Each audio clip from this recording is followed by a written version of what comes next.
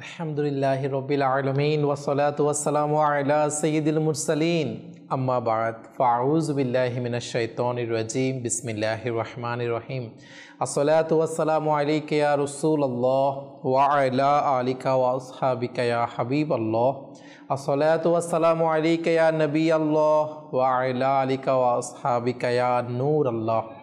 মাদানী চ্যানেলের দর্শক শ্রোতা, উপস্থিত হয়েছি মাদানী চ্যানেল বাংলার অনুষ্ঠান, যার নাম হচ্ছে অলি আল্লাহর স্মরণে। অবশ্যই অনুষ্ঠানের শুরু থেকে শেষ পর্যন্ত আমাদের সঙ্গে থাকবেন, কেননা আলহামদুলিল্লাহ আল্লাহ পাকের অলিদের যেখানে আলোচনা হয় সেখানে আল্লাহ পাকের রহমত বর্ষিত হয়ে থাকে, আমাদের মতো গুনাহগারদের গুনাহ মাফের মাধ্যম হয়ে থাকে। আলহামদুলিল্লাহ আমাদের এই অনুষ্ঠানের মধ্যে আমরা আল্লাহ পাকের অলিদের আলোচনা করে থাকি, নাত শরীফ পাঠ করা হয়ে থাকে, কল SMS আমাদের অনুষ্ঠানের মধ্যে আমরা অ্যাড করে থাকি, আপনাদের প্রশ্ন মতামত আমরা নিয়ে থাকি। তাই অবশ্যই ইলমে দ্বীন অর্জনের নিয়তে শুরু থেকে শেষ পর্যন্ত আমাদের সঙ্গে থাকার অনুরোধ জানিয়ে আজকের অনুষ্ঠান আমরা শুরু করছি দরুদ শরীফ পাঠ করার ফজিলত বর্ণনা করার মাধ্যমে। আমাদের প্রিয় নবী রসুল আরবি হুজুর নূর সাল্লাল্লাহু আলাইহি ওয়াসাল্লাম ইনার উপর দরুদ শরীফ পাঠ করার অসংখ্য ফজিলত ও বরকত রয়েছে। দাওয়াত ইসলামী প্রতিষ্ঠাতা শাইখ তরিকত আমির আহলে সুন্নাত মৌলানা মোহাম্মদ ইলিয়াস আত্তার কাদেরী দামাত বারাকাতুহুমুল আলিয়া আমাদেরকে তিনি দরুদ শরীফ পাঠ করার উৎসাহ প্রদান করতে গিয়ে তিনি যতগুলো কিতাব রিসালা লেখেন না, তার প্রতিটা পৃষ্ঠায় তিনি দরুদ শরীফ পাঠ করার ফজিলত লিখে থাকেন আমাদেরকে উৎসাহ দেওয়ার জন্য, যেন প্রতিটা পাতায় প্রতিটা পৃষ্ঠায় দরুদ শরীফ পাঠ করার ফজিলত আমরা দেখে পড়ে যেন আমাদের অন্তরের মধ্যে আমাদের জবানে যেন দরুদ শরীফ পাঠ করার অভ্যাস হয়ে যায়। কেননা দরুদ শরীফ পাঠ করার ফজিলত বর্ণনা করতে গিয়ে একটা হাদিস শরীফে এটাও এসেছে যে আমাদের প্রিয় নবী রসুল আরবি হুজুরপুর নূর সাল্লাল্লাহু তাআলা আলাইহি ওয়া আলিহি ওয়াসাল্লাম ইরশাদ করেন যে দুনিয়াতে থাকা অবস্থায় যে আমার প্রতি যত বেশি পরিমাণে দরুদ শরীফ পাঠ করবে, কাল কিয়ামতের দিন সে তত আমার নিকটে থাকবে। সুবহানাল্লাহ সুবহানাল্লাহ। এটা হাদিস শরীফের খুলাসা যা আমি আমার বাসায় বলেছি আপনাদের সামনে, যে আমরা দরুদ শরীফ যত বেশি পাঠ করব আর সেই কঠিন কাল কিয়ামতের দিন আমাদের নূরানী আকা সাল্লাল্লাহু আলাইহি ওয়াসাল্লামের তত নিকটে থাকার সৌভাগ্য হবে। আল্লাহু আকবার! এত বড় সৌভাগ্য, এত বড় নিয়ামত, এর সাথে বড় নিয়ামত আর কি হতে পারে সেই কঠিন কিয়ামতের দিনের মধ্যে। আল্লাহ তাআলা আমাদেরকে বেশি থেকে বেশি পরিমাণে দরুদ পাক পাঠ করার সেই তৌফিক দান করুক, আমিন। আসুন না আমরা মহব্বতের সাথে আরেকটিবার দরুদ শরীফ পাঠ করে নিই। সল্লু আলাল হাবিব সাল্লাল্লাহু তাআলা আলা মুহাম্মদ সাল্লাল্লাহু তাআলা আলাইহি ওয়া আলিহি ওয়াসাল্লাম। দর্শক, আপনারা অলরেডি স্ক্রিনের মধ্যে দেখতেই পাচ্ছেন মাশাআল্লাহ আজকে আমাদের ওই আল্লাহ স্মরণ অনুষ্ঠানের মধ্যে আমরা আমন্ত্রণ জানিয়েছি মোবাইল লিগে দাওয়াত ইসলামীদেরকে। আর শিশুবাত আমার ডান পাশে আজকে নাত পরিবেশনকারী ইসলামী আমাদের রমজান ভাই এসেছে। হুজুর আপনাকে অসংখ্য শুভেচ্ছা, আমাদের অনুষ্ঠানের পক্ষ থেকে শুকরিয়া আমাদেরকে সময় দেওয়ার জন্য। এবং আমাদের অপর মোবাইল লিগে দাওয়াত ইসলামী মাশাআল্লাহ জিনাজ জাবান, আমরা আজকে আমাদের যে টপিক নিয়ে যে সেই বিষয়ে বিভিন্ন মাদানী কালাম আমরা শ্রবণ করবো। আমাদের জাভেদ ভাই মাশাআল্লাহ। হুজুর কেমন আছেন আপনি? আপনি কেমন আছেন? আলহামদুলিল্লাহ আলা কুল্লি হাল। শুকরিয়া হুজুর আমাদেরকে সময় দেওয়ার জন্য, অসংখ্য শুভেচ্ছা আপনাকে এবং আবারও শুভেচ্ছা জানাচ্ছি আমাদের দর্শকদেরকে। তো আসুন দর্শক, আমাদের আজকের অনুষ্ঠানের শুরুতে আমরা একটি নাত শরীফ কালাম, আলহামদুলিল্লাহ আমাদের অনুষ্ঠানের একটি সেগমেন্ট এটি। তো আমাদের রমজান ভাইয়ের কাছে যাব এবং রমজান হুজুর থেকে আজকে আমরা একটি নাত শরীফ ইনশাআল্লাহ শ্রবণ করার সৌভাগ্য অর্জন করব। সল্লু আলাল হাবিব সাল্লাল্লাহু তাআলা আলা মুহাম্মদ সাল্লাল্লাহু তাআলা আলাইহি ওয়া আলিহি ওয়াসাল্লাম। প্রিয় সাইম ভাইরা এবং মাদানী চ্যানেল দর্শকবৃন্দ, আসুন ইনশাআল্লাহ কালাম শ্রবণ করার আগে আমরা ভালো ভালো নিয়ত করে নিই। আমি নিয়ত করছি আল্লাহ তাআলার সন্তুষ্টি এবং প্রিয় নবী সাল্লাল্লাহু তাআলা আলাইহি ওয়াসাল্লামের সন্তুষ্টির জন্য ইনশাআল্লাহ আযজা ওয়া জাল্লা আমি কালাম পাঠ করব। আপনারাও নিয়ত করে নিন আল্লাহ তাআলার সন্তুষ্টি এবং প্রিয় নবী সাল্লাল্লাহু তাআলা আলাইহি ওয়াসাল্লামের সন্তুষ্টির জন্য কালাম শ্রবণ করবেন। সাল্লি আলা নবিয়িনা সাল্লি আলা মুহাম্মাদিন।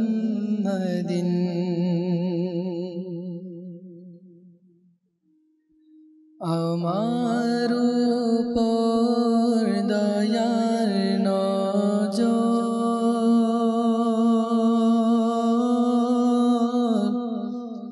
আমার উপর দয়ার নজর, তুমি দাও ইয়া রাসূলুল্লাহ।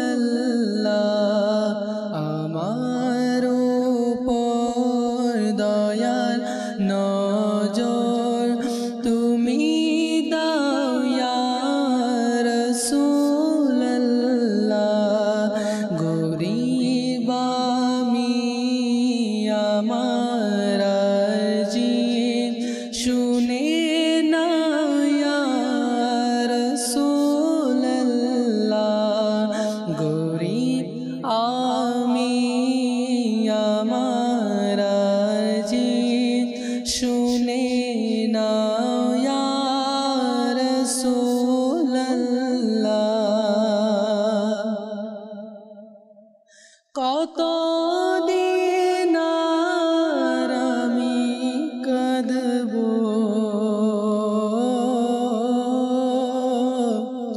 ইয়া রাসূলাল্লাহ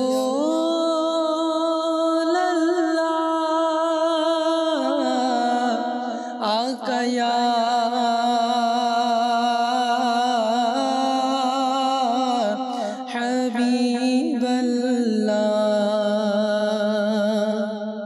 কত দিন আর আমি কাঁদব, বিরহ কত সইব, কত দিন আর আমি কাঁদব, বিরহ কত সইব। তোমার তরে বেঁধেছি ঘর, দেখে যাও ইয়া রাসূলাল্লাহ। তোমার তরে বেঁধেছি ঘর, দেখে যাও ইয়া রাসূলাল্লাহ।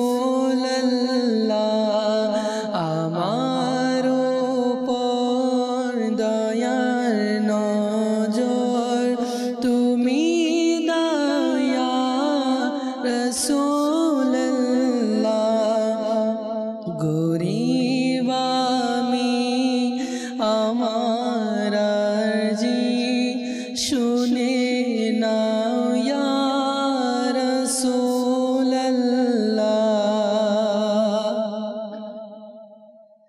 তুমি আমার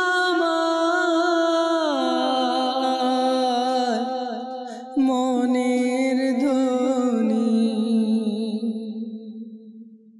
তুমি আমার মনের ধ্বনি, জীবন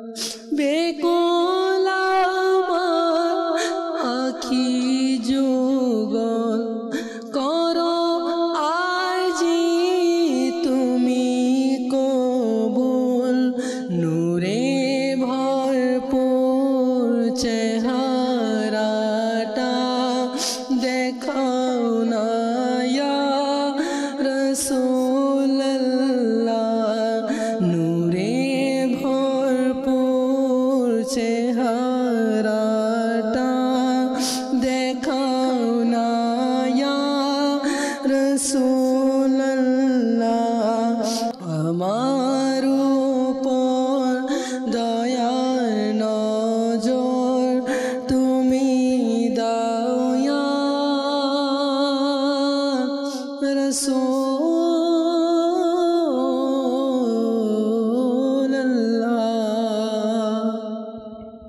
মাশাআল্লাহ মাশাআল্লাহ। আল্লাহ তাআলা আমাদেরকে আমার প্রিয় নবী সাল্লাল্লাহু আলাইহি ওয়াসাল্লামের হাকিকি মুহাব্বত এবং জীবনে একবার হলেও স্বয়ং স্বপনে নূরানী আকাশ সাল্লাল্লাহু আলাইহি ওয়াসাল্লামের দিদার দ্বারা আমাদেরকে ধন্য করুক, আমিন আমিন। আলহামদুলিল্লাহ। প্রিয় দর্শক, ওলি আল্লাহ স্মরণ অনুষ্ঠান চলমান রয়েছে। হৃদয় বিদারক একটি নাত রাসূল সাল্লাল্লাহু আলাইহি ওয়াসাল্লাম শোনার সৌভাগ্য হলো। তো আলহামদুলিল্লাহ, ওলি আল্লাহ স্মরণ অনুষ্ঠানের মধ্যে আজকে আমরা যে মহান ওলিয়ে কামিল, মহান বুজুর্গ রহমতুল্লাহি তাআলা আলাইহি, ইনার জীবনের সম্পর্কে আজকে আমরা জানবো, শুনবো, আলোচনা করব। তার নাম মুবারক হচ্ছে ইমাম আহমদ কবির রেফাই রহমতুল্লাহি তাআলা আলাইহি। জি হ্যাঁ, তিনি আল্লাহ পাকে অনেক বড় একজন আল্লাহর ওলি, জিনার আলোচনা, জিনার জীবনী থেকে আমাদের অসংখ্য অসংখ্য শিক্ষণীয় বিষয় পাওয়া যায়। আল্লাহ পাকের প্রত্যেক অলিগণদের জীবন থেকেই তো শিক্ষণীয় বিষয়ের সমাহার রয়েছে। কিন্তু ইমাম আহমদ কবির রেফাই রহমতুল্লাহি তাআলা আলাইহি, ইনার জীবনের দিক থেকেও কিছু বিশেষত বৈশিষ্ট্য পাওয়া যায়। প্রত্যেক আল্লাহ পাকের অলিদের আসলে তো ইনাদের জীবনী আলা বালা অনেক মূল্যবান, তাদের জীবনের প্রত্যেকটা বিষয় মুহূর্ত থেকে শিক্ষণীয় বিষয় পাওয়া যায়। কিন্তু আপনি দেখবেন এক এক আল্লাহ আলীর জীবন যদি আপনি স্টাডি করেন না, তাদের এক এক ধরনের কিছু বৈশিষ্ট্য স্পেশালি পাওয়া যায়। তাদের এই ধরনের বিষয়ে তাদের খুব সুন্দর আমল ছিল, খুব বেশি তারা পারদর্শী ছিল। হ্যাঁ, ঠিক সেরকম ইমাম আহমদ কবির রেফাই রহমতুল্লাহি তাআলা আলাইহি, এনার জীবনের দিক থেকে ঠিক সেরকম কিছু স্পেশালি বৈশিষ্ট্য এনার আমলের মধ্যে পাওয়া যায়। ইনশাআল্লাহ সে সম্পর্কে জানবো, শুনবো। তো আসুন আগে ইনার জীবনের কিছু শুরুতে ইনার পরিচিতি বলেন, ইনার বৈশিষ্ট্য, ইনার জীবনের বিভিন্ন কিছু দিক আসুন প্রথমত আমাদের মোবাইলের জবান ইনশাআল্লাহ শ্রবণ করবো জাবাত হুজুরের মাধ্যমে। ইনশাআল্লাহ এরপর আমরা আরও বিশ্লেষণ ইনার জীবনী আলোচনা শুনবো। জি জাবুদ ভাই, আমাদেরকে আজকে দর্শকের কাছে প্রথমে আপনি কি তুলে ধরবেন? আলহামদুলিল্লাহি রাব্বিল আলামিন ওয়াসসালাতু ওয়াসসালামু আলা সাইয়্যিদিল মুরসালিন, আম্মা বা'দ, ফাআউযু বিল্লাহি মিনাশ শাইতানির রাজিম, বিসমিল্লাহির রহমানির রহিম। ওলি আল্লাহর স্মরণে অনুষ্ঠান, আলহামদুলিল্লাহ আল্লাহ পাকের দয়া হয়েছে এমন একটা অনুষ্ঠান। আসলে একটা বিষয়, ওলি আল্লাহর স্মরণে অনুষ্ঠানের মধ্যে প্রত্যেক সময় এক একটা টপিক নিয়ে আলোচনা হয়ে থাকে। আমি যতদূর আমার অবগত রয়েছে সেই সুবাদে আল্লাহ পাকের নেককার বান্দা বুজুর্গানি দ্বীন রহিমাহুল্লাহ মুবিন যারা ছিলেন তাদের আলোচনা হয়ে থাকে। আজকে আলহামদুলিল্লাহ এমন একজন বুজুর্গানি দ্বীনের আলোচনা বসার আল্লাহ তাআলা সুযোগ দিয়েছেন। আলহামদুলিল্লাহ আমি শুকরিয়া জ্ঞাপন করছি। কেননা আপনি শুনলে অবাক হবেন যে ইমাম আহমদ কবির রেফাই রহমতুল্লাহি তাআলা যে কেমন ইনার জীবন, আচ্ছা জীবনের চলার বৈশিষ্ট্য ছিল, জি সে সম্পর্কে আসছে। ইমাম কবির রেফাই রহমতুল্লাহি তাআলা আলাইহি পৃথিবীর জমিনে শুভ জন্ম হওয়ার পূর্বে, আচ্ছা 40 দিন পূর্বে আমার আকা সাল্লাল্লাহু আলাইহি ওয়াসাল্লাম সুসংবাদ দিয়েছে। সুবহানাল্লাহ সুবহানাল্লাহ। তিনার মামা সৈয়দ মনসুর রহমতুল্লাহি তাআলা আলাইহিকে স্বপ্নে আমার রাসূল করিম সাল্লাল্লাহু আলাইহি ওয়াসাল্লাম দিদার দিয়ে ধন্য করেছেন। সুবহানাল্লাহ সুবহানাল্লাহ। বলেই দিয়েছেন যে আজকে থেকে ঠিক 40 দিন পর, আচ্ছা আপনার বোনের ঘরে একজন ছেলে সন্তান হবে। সুবহানাল্লাহ সুবহানাল্লাহ। সে ছেলে সন্তানকে তুমি তোমার কিসে সহবতে রাখবা এবং তাকে ভালো, অর্থাৎ মনসুর রহমতুল্লাহি তাআলা আলাইহিকে বলছেন আলী কারি রহমতুল্লাহি তাআলা আলাইহির কাছে পাঠানোর জন্য এবং নির্দেশও দিয়েছেন। আল্লাহ। এবং ইনার সঙ্গ অবলম্বন করার জন্য, ইনার কাছ থেকে সুশিক্ষা পাওয়ার জন্য জি জি ইনাকে কি বলে দিয়েছেন, অমুক, অর্থাৎ ইনার নাম হচ্ছে আলী কারি রহমতুল্লাহি তাআলা আলাইহির কাছে পাঠানোর জন্য নির্দেশ দিয়েছেন। এবং আরও বলেছেন যে তিনার প্রতি কখনো তুমি কি হবে না, উদাসীন হবে না। ঠিক এরই সুবাদে 40 দিন পর ওই সন্তান এর শুভ জন্ম হলো।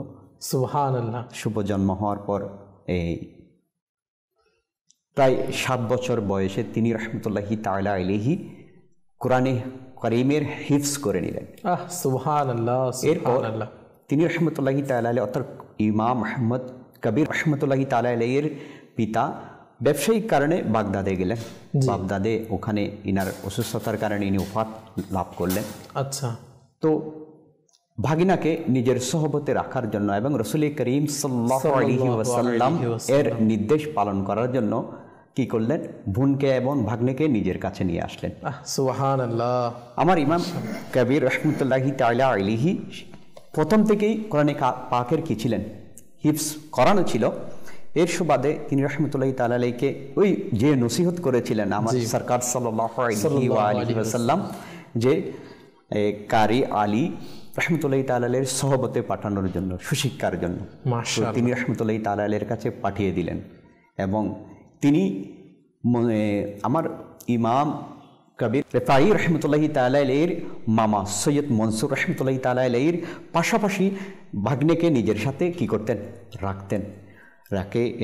রাখার পর তিনি রহমতুল্লাহি তাআলা আলাইহিকে বাতিনি জাহির এবং বাতিনি জ্ঞানে কি করেন, প্রশিক্ষণ দেন, সুদক্ষ করে তুলেন।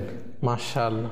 শেষ পর্যায়ে আমার ইমাম কবির রেফাই রহমতুল্লাহি তাআলা আলাইহির স্থান এমন ঊর্ধ্বে চলে গিয়েছে, শেষ পর্যন্ত দেখা গেল যে তিনার মামা সৈয়দ মনসুর রহমতুল্লাহি তাআলা আলাইহির যখন উফাতের সময় আসলো, উফাতের সময়ে তো তিনি রহমতুল্লাহি তাআলা আলাইহির সহধর্মিনী আরজ করছেন যে আপনি আপনার খিলাফত আপনার সন্তানকে কি করে দেন, দিয়ে দেন, সুপর্দ করে দেন, আচ্ছা, বুঝিয়ে দেন। অনেকবার বলার সত্ত্বেও ইমাম তিনার মামা অর্থাৎ মনসুর রহমতুল্লাহি তাআলা আলাইহি জি রাজি হন নাই। শেষ পর্যন্ত বললেন না, আমি আমার খিলাফত কাকে দিব, আমার ভাগিনাকে, বোনের ছেলেকে দিব, অর্থাৎ আমার ইমাম কবির রেফাই রহমতুল্লাহি তাআলা আলাইহিকে দিবেন। সুবহানাল্লাহ। কিন্তু সহধর্মিনী মানছে না যে আমার সন্তানকে দিতে, স্বাভাবিক, মানে যে ছেলেকে তো একটা মানুষ মানবে না। জি জি। শেষ পর্যন্ত মনসুর রহমতুল্লাহি তাআলা আলাইহি কি করলেন, তিনি আর সন্তানদেরকে ডাকলেন এবং ভাগ্নিকেও ডাকলেন। ডাকার পর বললেন যে যান আপনারা আমার জন্য খেজুর পাতা নিয়ে আসেন। আচ্ছা। খেজুর পাতা যখন আনতে পাঠালেন, সন্তান অনেকগুলা কি করে নিয়ে এসেছেন, খেজুরের পাতা নিয়ে এসেছেন। কিন্তু আমার ইমাম কবির রেফাই রহমতুল্লাহি তাআলা আলাইহি একটা পাতাও আনেন নাই, দাঁড়িয়ে আছেন। এসে বলতেছেন দেখছেন সন্তান অনেকগুলো পাতা নিয়ে এসেছে। জি জি। তখন আমার ইমাম আহমদ কবির রেফাই রহমতুল্লাহি তাআলা আলাইহিকে জিজ্ঞাসা করছেন, বৎস তুমি কেন পাতা আনো নাই? আমি তো বলেছিলাম পাতা আনার জন্য। হ্যাঁ, আমার ছেলে তো অনেকগুলো পাতা নিয়ে এসেছে। হিকমতপূর্ণ উত্তর দিতে গিয়ে আমার ইমাম কবির রেফাই রহমতুল্লাহি তাআলা আলাইহি উত্তরে বললেন যে আমি যখন পাতা নিতে গিয়েছিলাম দেখলাম যে গাছের প্রত্যেকটা পাতা আল্লাহ তাআলার তাসবিহ পাঠ করছেন। সুবহানাল্লাহ। সেই কারণে আমি কি করেছি, গাছের পাতা আর ছিঁড়ে আপনার কাছে নিয়ে আসি নাই। আল্লাহ। তখন এটা শুনে সৈয়দ মনসুর রহমতুল্লাহি তাআলা আলাইহি ইনার সহধর্মী স্ত্রীর দিকে তাকিয়ে তাকিয়ে মুচকে হাসছেন, মানে প্রমাণ করে দিলেন এবং বললেন যে আমি অনেকবার আল্লাহ তাআলার কাছে দোয়া করেছি আমার খিলাফত যেন কে পাই, আমার সন্তান পাই, কিন্তু আমি যতবারই দোয়া করেছি ততবারই আমার ভাগ্নের নাম এসেছে। সুবহানাল্লাহ। তোমার খলিফা হবে তোমার ভাগ্নে ইমাম আহমদ কবির রেফাই রহমতুল্লাহি। সুবহানাল্লাহ, সুবহানাল্লাহ। আল্লাহ পাকের কেমন দয়া।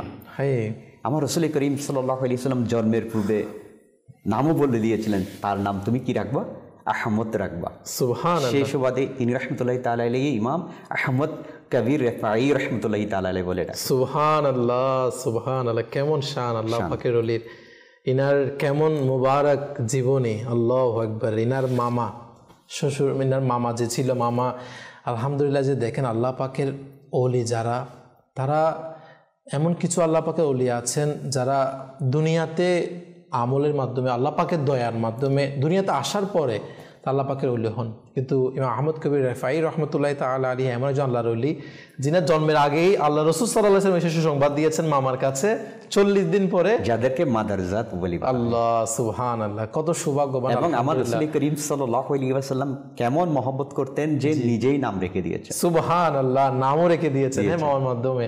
হায়, এবং কেমন যে দেখে না নিজের সন্তান আর এদিক অপর একদিক দিয়ে নিজের বোনের সন্তান কাকে খেলাফত দিবে, নিজের স্ত্রীকে প্রমাণস্বরূপ যে পাতা আনার জন্য বলেছে, অনেক পাতা নিয়ে এসেছে, কিন্তু যিনি আসলেই খেলাফত পাওয়ার যোগ্য তিনি কতখানি ইনার আমল হলে যে একজন ব্যক্তি, সাধারণ একজন ব্যক্তি যে গাছের পাতা তাসবিহ পাঠ করে সেটা দেখে নেয়। আল্লাহ পাকের দয়া, আল্লাহ পাক তাকে ক্ষমতা দিয়েছেন যে তিনি রাহমাতুল্লাহি তাআলা আলাইহিকে আল্লাহ পাক কতটুকু মর্যাদা দান করেছেন। সুবহানাল্লাহ, সুবহানাল্লাহ। আসলে আল্লাহ পাকের ওলিদের তো ক্ষমতা আল্লাহ পাকেরই দয়ায় অসীম, যার কোনো সীমা নেই।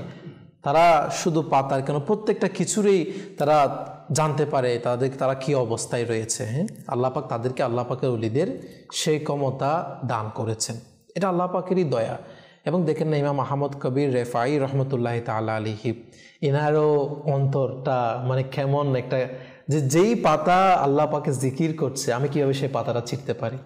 হ্যাঁ, আল্লাহ পাক কেমন তাদেরকে সম্মান দিয়েছে, এবং অন্তরের মধ্যে একটা গাছের পাতার যিনি আল্লাহ পাকে জিকির করছে, তরুলতা পাতা আল্লাহ তাআলার ইবাদত করছে, তাসবিহ পাঠ করছে, সুবহানাল্লাহ, প্রশংসা করছে, তিনি রাহমাতুল্লাহি তাআলা আলাইহি চিন্তা করলেন ওই পাতাগুলো আমি কিভাবে ছিঁড়তে পারি। আসলে আল্লাহ পাকের সৃষ্টি প্রত্যেকটা কিছুই তো এভাবে, গাছ বলেন, লতাপাতা বলেন, আল্লাহ পাকে জিকিরে তো লিপ্ত।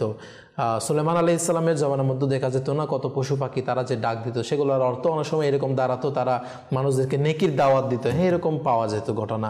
তো আসলে আল্লাহ পাকের জিকিরে দোনো জাহানে বলেন দুনিয়াতে বিভিন্ন কিছুই তারা আল্লাহ পাকের জিকিরের মধ্যে লিপ্ত। আমরা মুসলমান, আমরা আশরাফুল মাকলুকাত হওয়ার পরেও আমরা কতটুকু সে আল্লাহ পাকের জিকিরের মধ্যে ব্যস্ত। আসলে কাফসর ভাই, আসলে আল্লাহর ওলির শান কেন এমন হবে না? আমার রাসূল করিম সাল্লাল্লাহু আলাইহি ওয়াসাল্লামের হাদিসে মুবারকে আসছে, জি, যা কিছুটা আমার নিজের ভাষায় বলার চেষ্টা করছি। আচ্ছা, আমার রাসূল করিম সাল্লাল্লাহু আলাইহি ওয়াসাল্লাম এই আমার অর্থাৎ আল্লাহ তাআলার ওলিদের সাথে যারা হিংসা বিদ্বেষ পোষণ করে, আচ্ছা, আল্লাহ তাআলা তাদের সাথে যুদ্ধ ঘোষণা করে।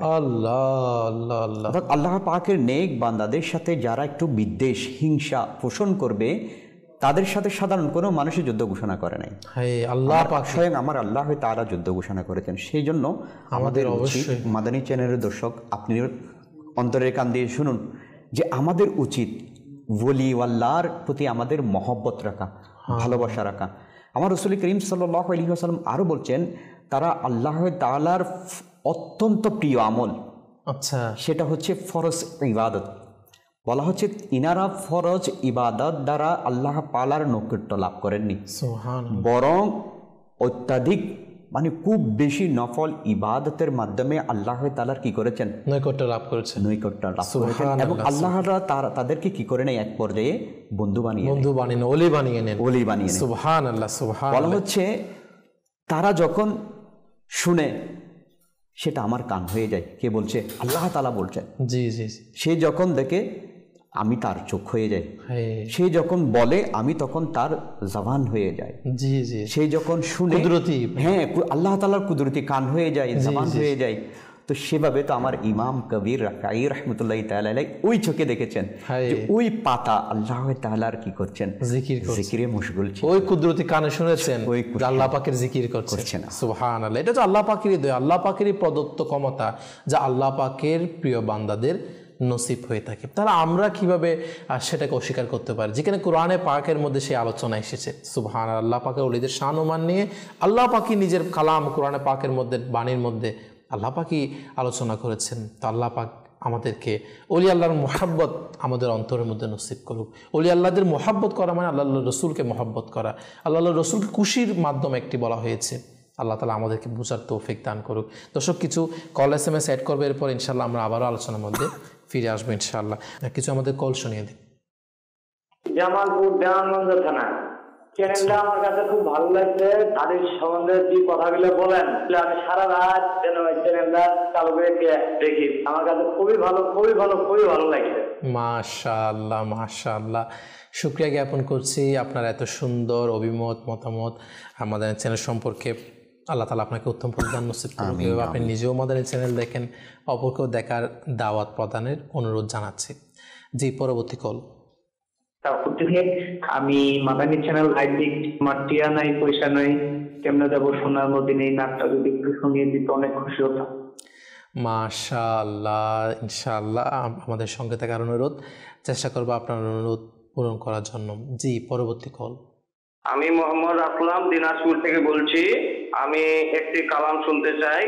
মারহাবা ইয়া মুস্তাফা, শুনিয়ে দিলে খুশি হই। সুবহানাল্লাহ, মাশাআল্লাহ। আমাদের সঙ্গে থাকার অনুরোধ, ইনশাআল্লাহ আপনার অনুরোধ পূরণ করার চেষ্টা করব। জি, পরবর্তী কল। আমার নাম মোহাম্মদ ফরিদ, আমি ঢাকা থেকে বলছি। আমি একটি নাচ শুনতে চাই। নূর নবী এসেছে, নূর নিয়ে এসেছে। সুবহানাল্লাহ, সুবহানাল্লাহ। জি, আমাদের সঙ্গে থাকার অনুরোধ, ইনশাআল্লাহ আপনাদের অনুরোধ পূরণ করার জন্যই আমরা আমন্ত্রণ জানিয়েছি আমাদের অনুষ্ঠানের মধ্যে নাত পরিবেশনকারী ইসলামী ভাই, ইনশাআল্লাহ। তো নির্দিষ্ট সময়ে আপনাদের অনুরোধ পূরণ করার চেষ্টা করবে। দর্শক, আমরা আলোচনা করছিলাম ইমাম আহমদ কবির রেফাই রহমতুল্লাহ তাআলা আলাইহি এনার জীবনী নিয়ে। তো মাশাআল্লাহ খুবই সুন্দর আমাদের জাবাদ ভাই বলছিলেন এনার জীবনের একটা দিক নিয়ে। জাবাদ ভাই, এরকম আপনি আর কি বিষয় তুলে ধরবেন দর্শকের কাছে? একটা বিষয়, আসলে ওয়ালিয়ে কামিল যারা ছিলেন তারা হুসনে আখলাকের অধিকারী ছিলেন। সুবহানাল্লাহ, আসলে তো আল্লাহ পাকের ওলিদের এটাই তো পাওয়া যায়, উত্তম তাদের জীবনে যদি স্টাডি করা যায় তাহলে দেখা যায় যে তাদের জীবনে অত্যাধিক নফল নামাজ ছিল, রাসূল পাক সাল্লাল্লাহু আলাইহি ওয়াসাল্লামের সুন্নতের অনুসারী ছিল এবং অধিক পরিমাণে নেকির দাওয়াতের প্রদানকারী ছিল এবং অধিক পরিমাণে আল্লাহ তাআলার বান্দার প্রতি সহানুভূতি প্রদান করতেন। সুবহানাল্লাহ, এটাকে সহানুভবতা বলা হয়। মানে মানুষের প্রতি, মুসলমানদের প্রতি, শুধু মুসলমান না, প্রত্যেক মানে সৃষ্টির প্রতি তাদের একটা মহব্বত ছিল। সেই সুবাদে আমার ইমাম আহমদ কবির রহমতুল্লাহ তাআলার একটা দিক ছিল, তিনি অত্যাধিক নফল ইবাদত করতেন। সুবহানাল্লাহ, তিনি দৈনিক 400 নফল নামাজ আদায় করতেন। সুবহানাল্লাহ, 400 নফল নামাজের মধ্যে তিনি 1000 সূরা ইখলাস পাঠ করতেন। আল্লাহ, আল্লাহু আকবার। শুধু এর মধ্যে সীমাবদ্ধ নয়, তিনি রহমতুল্লাহি তাআলা আলাইহি দৈনিক 2000 বার ইস্তেগফার করতেন। সুবহানাল্লাহ, সুবহানাল্লাহ। তিনটি বিষয়ে দেখেন যে প্রথমে তিনি নফল ইবাদতের প্রতি কি ছিলেন, কেমন ছিলেন, আর শুধু নফল ইবাদত এমন না, যেমন প্রত্যেক রাকাতের মধ্যে আপনি বললেন সূরা ইখলাসের পড়ার কত মাত্রা, হায় 400 নামাজের মধ্যে 400 রাকাত নামাজের মধ্যে 1000 বার সূরা ইখলাস পাঠ করা। আল্লাহু আকবার, আল্লাহু। তাহলে দেখা যায় ওলিয়ে কামিল এমনি আল্লাহ পাকের নৈকট্য হাসিল করেন নাই, না না, আল্লাহ তাআলার অধিক ইবাদতের মাধ্যমে তিনারা আল্লাহ পাকের নৈকট্য হাসিল করেছেন। তিনারা সামান্য ছোট নেকিকে পর্যন্ত কি করেন নাই, ছেড়ে দেন নাই। জি, এবং ছোট গুনাহকে তারা কি করেন নাই, কেননা আল্লাহ তাআলা ভালো জানেন কোন গুনাহের কারণে বান্দা আল্লাহ তাআলা বান্দাকে আঁকড়ে কি করে নাই, পাকড়াও করে নাই, আল্লাহ পাক নারাজ হয়ে যায়। আমরা তো বলি যে সামান্য ছোট গুনাহ না, কি হয়েছে, হ্যাঁ কি সামান্য করে ফেললাম, কি হলো। অর্থাৎ এটা যদি অন্তরের মধ্যে শয়তানের ওয়াসওয়াসা চলে আসে, নফসের ওয়াসওয়াসা চলে আসে, দেখা যাবে যে একজন উম্মত, একজন বান্দা আস্তে আস্তে ছোট গুনাহ করবে। এভাবে ছোট গুনাহ করতে করতে এক পর্যায়ে সে অর্থাৎ বড় গুনাহতে লিপ্ত হয়ে যাবে। বড় গুনাহ বলতে যেগুলো ফরজ, যেগুলো ইসলামের মধ্যে ফরজ করে দেওয়া হয়েছে, এগুলো থেকে সে কি হয়ে যাবে, গাফিল হয়ে যাবে, যার কারণে সে ফরজ গুনাহের অধিকারী হয়ে যাবে, অর্থাৎ বড় গুনাহের অধিকারী। মানে ছোট্ট থেকেই তো যেরকম দেখা যায় না, ছোট ছোট বালিকণা থেকে পুরো মরুভূমি হয়ে এভাবে আস্তে আস্তে সে গুনাহের দিকে, হ্যাঁ মানে এভাবে করে দেখা যায় যে নিজের গুনাহের সমুদ্র ডুবে যাওয়ার জন্য একটা গুনাহের কাজ শুরু করা, এটাও আপনার খারাপ রাস্তায় যাওয়ার জন্য জারিয়া, মাধ্যম হয়ে যেতে পারে। তাই আসলেই ইমাম আহমদ কবির রেফাই রহমতুল্লাহি তাআলা আলাইহির ব্যাপারে যেটা বলছেন আমরা, যে আসলে নফল নামাজের আধিক্য, নফল নামাজ পড়তেন প্রায় 400 রাকাত এবং কত হাজার বার সূরা ইখলাস পাঠ করা, আল্লাহ, এবং রোজা, নফল রোজা। আসলে একটা বিষয় কি জানেন, তারা আল্লাহ পাককে চাইতো যেভাবে হোক আল্লাহ পাককে খুশি করার জন্য, আল্লাহ তার রসুলকে খুশি করার জন্য, যে আমি আল্লাহ পাক আসলে যে ইবাদতের মধ্যে যত কষ্ট বেশি না, সেই ইবাদতের সওয়াবের পরিমাণও তত বেশি, নেকির পরিমাণ তত বেশি। এবং তারা আল্লাহর ওলিদের জীবনে আপনি দেখবেন যে তারা ওই সময় বেশি রোজা রাখতো যে সময় প্রখর রোদ, প্রখর গরম পড়তো, কষ্টের সময়ের মধ্যে। মানে তাদের এটাই নফসের বিরুদ্ধে। আমাদের নফস, আমাদের অন্তর চায় যেটা একটু আসান নেকি ওইটা করি, যেটা একটু কষ্ট করতে, যেটা কষ্ট যে নেকির মধ্যে সেটা আমরা ছেড়ে দিই। এত কষ্ট করে কে করবে, এত আমল, এটা আমরা ছেড়ে দিই। কিন্তু আল্লাহ পাকের ওলিদের ছিল জীবনে এরকম, যেটার মধ্যে কষ্ট বেশি সে আমলটাকে তারা বেশি করে আদায় করতেন। জি, এটাই হচ্ছে তাদের একটা আমল। দেখি ইমাম আহমদ কবির রেফাই রহমতুল্লাহ তাআলা আলাইহি ব্যাপারে আমার হুজুর বলেছেন যে ইনার মধ্যে পাওয়া যায় যে ইনি উম্মতের প্রতি, মুসলমানদের প্রতি, বিভিন্ন সৃষ্টির প্রতি খুব বেশি দয়া করতো। তবে ইনার আলোচনার মধ্যে এটাও এসেছে, আজকে বর্তমান আমাদের সমাজের মধ্যে দেখা যায় অনেক ধরনের কুকুর থাকে, হ্যাঁ, যে কুকুররা বিভিন্ন রোগের মধ্যে গ্রেফতার হয়ে যায়, কোষপাচরা হয়ে যায়, তখন এলাকার মধ্যে বা রাস্তাঘাটে দেখলে তাকে দরজা করে কি তাড়িয়ে দেয়। তো এরকম একবার ইমাম আহমদ কবির রেফাই রহমতুল্লাহ তাআলা আলাইহি এলাকার মধ্যে দেখলেন যে এরকম একটা কুকুর খুব বেশি কোষপাচরার মধ্যে সে রোগের মধ্যে গ্রেফতার হয়েছে। সবাই এলাকার লোক তাকে মানে ঘেউ ঘেউ করে তাড়িয়ে দিচ্ছে। কিন্তু ইমাম আহমদ কবির রেফাই রহমতুল্লাহ তাআলা আলাইহি এর অন্তরে দয়া হলো, হ্যাঁ, এটিও তো আল্লাহ পাকের সৃষ্টি, এটিও তো একটি জীব, এরও তো একটা প্রাণ, একটা কষ্ট আছে। তিনি কি করলেন, ওই কুকুরকে নিলেন, যেখানে মানুষের বসবাস নেই, জঙ্গলে নিয়ে গেলেন। শুধু জঙ্গলে নিয়ে যাননি, বরঞ্চ এটার উপর যেন কোনো ঝড় বৃষ্টি না পড়ে, রোদ না পড়ে, একটা ছাউনির ব্যবস্থা করে দিলেন। এবার ওইটাকে সেবা শুশ্রূষা করা শুরু করে দিল, সেবা করা শুরু করে দিল। এক পর্যায়ে যতদিন এটা পুল্লি সুস্থ হয়নি ততদিন পর্যন্ত এটাকে সেবা করতেই লাগলেন। যখনই দেখা যাচ্ছে ইনি সুস্থ হয়ে গেল, ভালো করে গরম পানি দিয়ে, কি ঠান্ডা পানি দেন, গরম পানি দিয়ে ভালো করে গোসল করে এটাকে কি ছেড়ে দিলেন। মানে দেখেন আল্লাহ পাকের মানুষ না, একটা প্রাণীর প্রতি কেমন সহানুভূতি। আর আজকে আমরা মুসলমান, প্রাণী তো দূরের কথা, একটা মানুষকে পর্যন্ত আজকে আমরা সেবা করার, তার প্রতি একটা দয়া। আচ্ছা, মানুষ না, মানুষ বরঞ্চ নিজের আপন ভাইকে পর্যন্ত আমরা আজকে সেবা করার, তার প্রতি দয়া দেখানোর, মানে আমরা একরকম কেমন জানি আমাদের অন্তরটা না দিন দিন পাষাণ হয়ে যাওয়ার একটা মাত্রা উপক্রম হয়ে গিয়েছে, এই ধরনের হয়ে গেছে। আসলে এই বিষয়ে দেখেন, একটা প্রাণীর সেবা করেছেন, কেনই করবেন না। বুখারী শরীফ একটা হাদিসে মোবারকা রয়েছে, আচ্ছা, সেটা হচ্ছে যে একজন এই দুশ্চরিত্রা মহিলা, আচ্ছা, যে আল্লাহ পাকের নাফরমানি করত। আল্লাহ একদিন সে তার পাশে একটা কুকুর কূপের পাশে এসে খুব তৃষ্ণার্ত, পিপাসার্ত অবস্থায় হাঁপাচ্ছিলেন। যখন হাঁপাচ্ছিলেন, অর্থাৎ এমন অবস্থা হয়ে গিয়েছে কুকুর পানি না পেলে কি করে যাবে, মারা যাবে। আল্লাহু আকবার। তো ওই মহিলা কি করলেন, নিজের মোজাকে খুলে নিজের ওড়নার সাথে বেঁধে কূপের মধ্যে ফেলে দিলেন।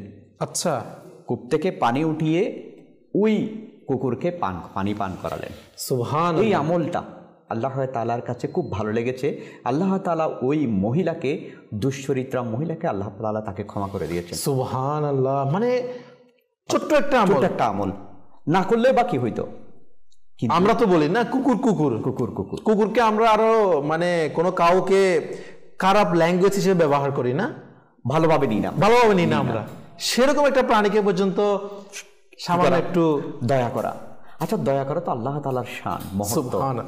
কিন্তু আমাকে আল্লাহ তাআলা কি দিয়েছেন, সুযোগ দিয়েছেন। সেটা বান্দা হোক, সেটা প্রাণী হোক, সেটা যাই হোক, তাকে কি করতে হবে, দয়া করতে হবে। তেমন দেখেন একটা ঘটনা, আরেকটা ঘটনা, শেখে তরিকত আমির আহলে সুন্নাত দামাত বারকাতুহুল আলিয়া, একবার উজু করার প্রয়োজন হয়েছিল, পানি বা হাত ধুতে করার প্রয়োজন হয়েছিল। তো তিনি রাহমাতুল্লাহি তাআলা আলাইহি কি করলেন, ওই বেসিনের মধ্যে গিয়েছিলেন হাত ওয়াশ করার জন্য। দেখলেন যে ওখানের মধ্যে কিছু পিঁপড়া যাচ্ছিলেন দল দল করে। আচ্ছা, মানে দলে দলে যায় না পিঁপড়া। তো আমার শেখে তরিকত আমির আহলে সুন্নাত দামাত বারকাতুহুল আলিয়া কেমন দেখেন, অনেকক্ষণ দাঁড়াইলেন, মানে ওখানে কোনো পানি ফেলেন নাই। কেন? যাতে পিঁপড়া যেন কিনা হয়, পানিতে জীবনও নষ্ট হয়ে যাবে, মারা যাবে। কেমন দেখুন, যখন পিঁপড়া চলে গিয়েছে তারপর উজু করেছেন বা হাত ধুয়েছেন। প্রাণীর প্রতি সহানুভূতি, এটা হচ্ছে মুমিনের বৈশিষ্ট্য, আল্লাহর ওয়ালির বৈশিষ্ট্য। তারা মানুষকে কষ্ট দিবে দূরের কথা, বরঞ্চ একটা ছোট্ট প্রাণীকে পর্যন্ত কষ্ট দিতে তাদের অন্তর কাঁপে না। এই প্রাণীটা কষ্ট পাওয়া, এটা যদি আল্লাহ পাক নারাজ হয়ে যায়, নারাজ হয়ে যায়। মানে তাদের আল্লাহ পাকের ওলিদের জীবনে আপনি এটা পাবেন যে কোন আমার ছোট্ট আমলের কারণে কোন আল্লাহ পাক নারাজ হয়ে যাচ্ছে, নারাজ হয়ে যায়। আর সেই আল্লাহ পাককে কোনো একটা ছোট্ট আমল এটা করলাম আর কি, আমার আল্লাহ পাক যদি খুশি হয়ে যায়।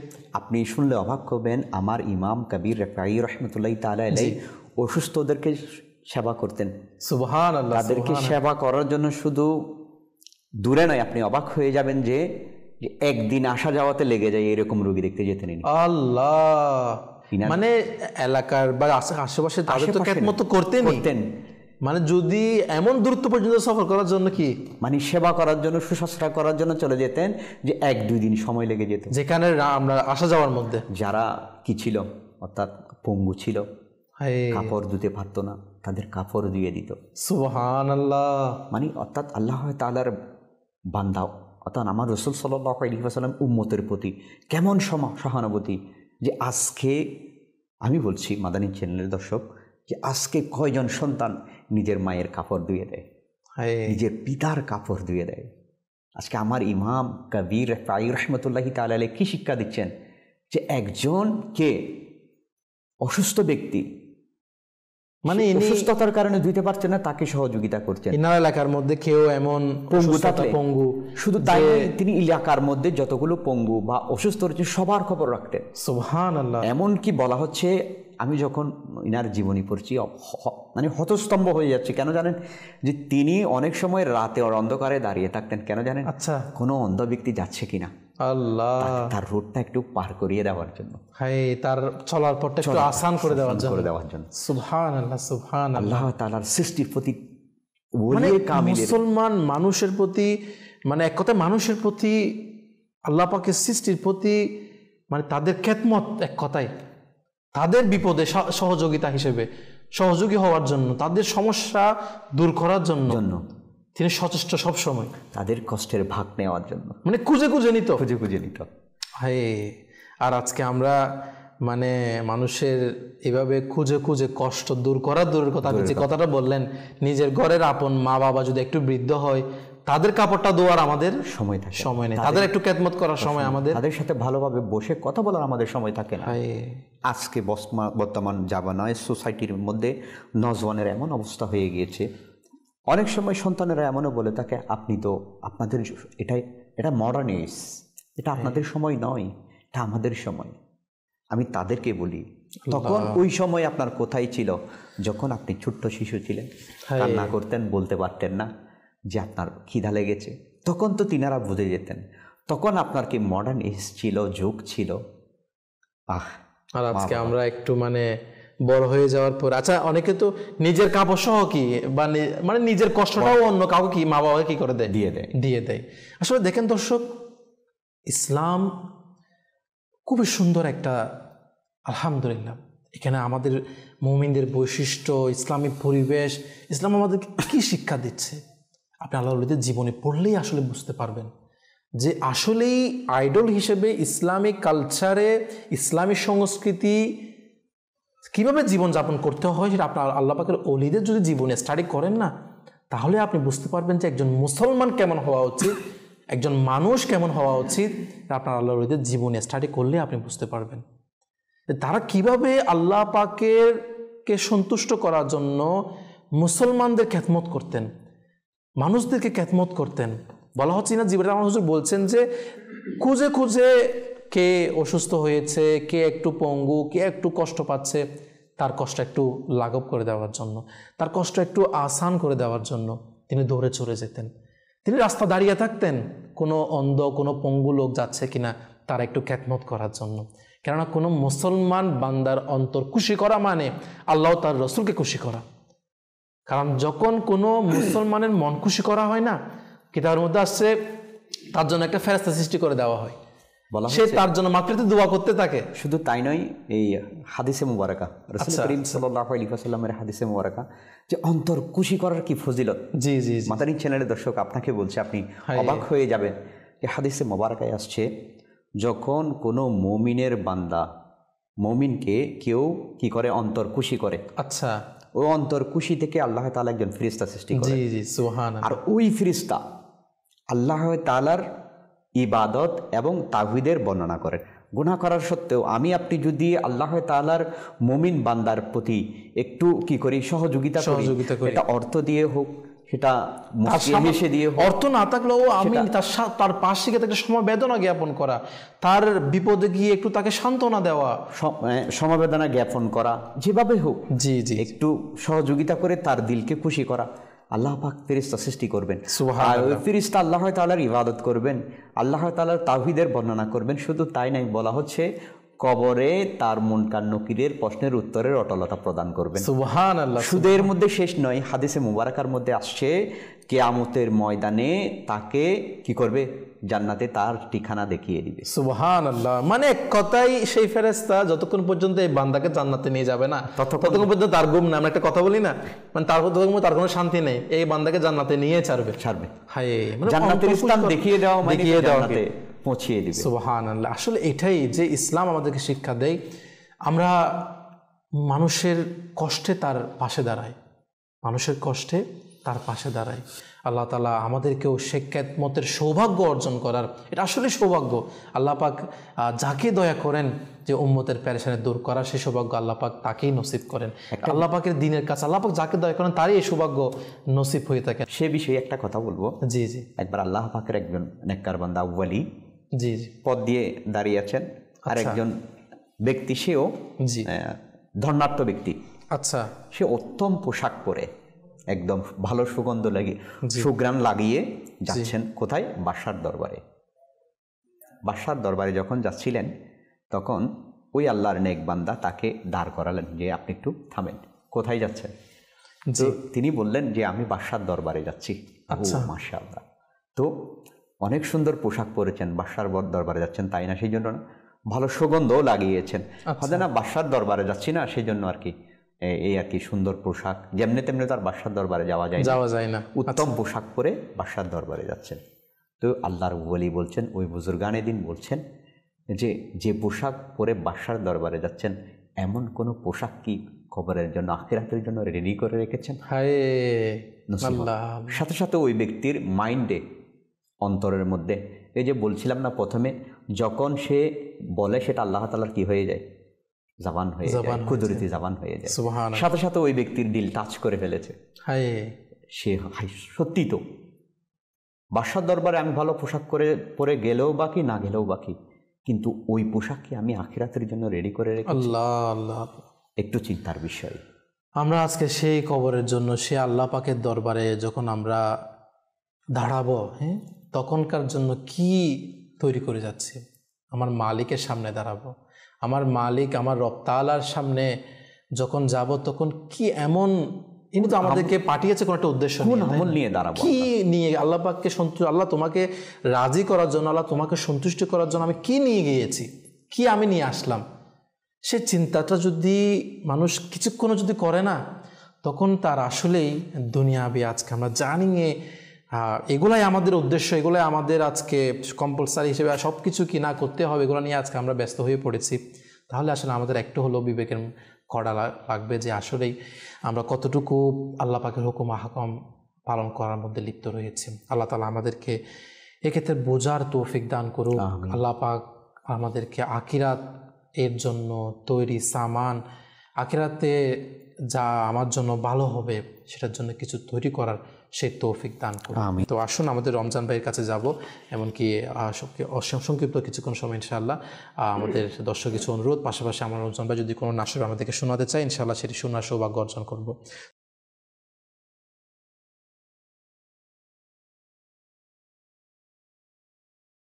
আর টিয়া নাই ফয়সা নাই কেনে যাইতাম, সোনার মদিনা কেনে যাইতাম। আর টিয়া নাই পয়সা নাই কেনে যাইতাম, সোনার মদিনা কেনে যাইতাম, সোনার মদিনা কেনে যাইতাম। আর টিয়া নাই পয়সা নাই যাইতাম সোনার মদিনা কেনে সাইতাম সোনার মদিনা কেনে সাইতাম মনে হর যাইবেলাই কিন্তু টিয়া পয়সা নাই মনে হতে যাইবেলাই কিন্তু টিয়া পয়সা নাই মনে হতে যাইবেলাই কিন্তু টিয়া পয়সা নাই মনে হয় পাখির মতো উড়াল মারিতাম সোনার মদিনা কেনে যাইতাম সোনার মদিনা কেনে যাইতাম আয় যদি হইতাম আকাশ তারা